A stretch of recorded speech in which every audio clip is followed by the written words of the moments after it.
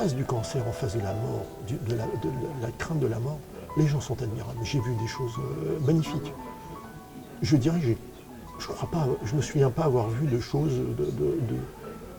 Non, les gens face à un danger, chapeau, c'est vraiment grand. C'est là, excusez-moi, je ne voudrais pas être emphatique, mais c'est là qu'on voit la grandeur de l'homme. C'est face à cette maladie-là, et comment ils réagissent, comment ils pensent d'abord à la famille, à l'époux ou à l'épouse. Et ce qu'ils veulent surtout, c'est aider leurs proches. Et puis la famille, c'était magnifique. Je ne pouvais plus après, parce que vraiment c'était devenu trop, mais vous avez vécu des belles années. Ouais.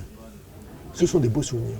Tiens, je vais vous donner des nouvelles tristes, mais bon, pas si tristes que ça. Dans le livre, je crois qu'il y a un passage sur le patient qui m'apporte un peigne. Oui, le banquier. Voilà. Il m'apporte un peigne parce que c'est vrai que je ne me peignais pas. J'avais horreur de me peigner. Mes cheveux, c'était... Ils étaient plus longs à l'époque. Ils étaient beaucoup plus courts. J'ai beaucoup perdu et maintenant je me les peigne parce que comme je n'en avais quasiment plus, maintenant il est temps de les peigner. Eh bien, ce patient, c'était en 93. Il avait un lymphome de haut grade. Et donc on a réussi à le guérir. Et donc on est restés amis. Oui, vous m'aviez dit ça. Et là, mais il a eu une belle vie. Et il est décédé là, mais décédé de toute autre chose. Mais bon, on était toujours en relation.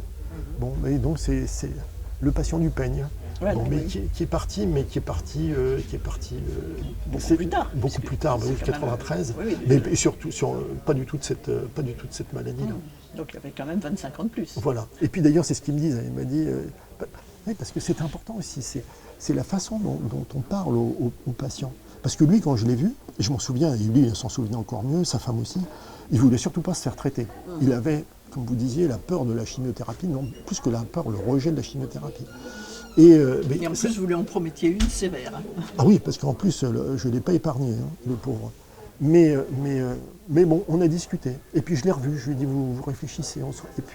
Et puis après, quand je l'ai revu, parce que il est venu en vacances aux États-Unis, il est passé... Oui. Ah oui. Et puis il m'a dit, vous savez, vous m'avez convaincu, et vous avez bien fait, parce que je vis bien, j'ai bien vécu, je vis bien. Ah oui, 25 ans de plus, on a eu le temps de faire des choses. Ouais. Quand même, c'est bien. Donc la communication avec les patients, c'est... Bien sûr, oui, pour les convaincre là-dessus. Mais vous m'aviez dit que vous étiez un bon vendeur de traitement. Oui, mais honnête.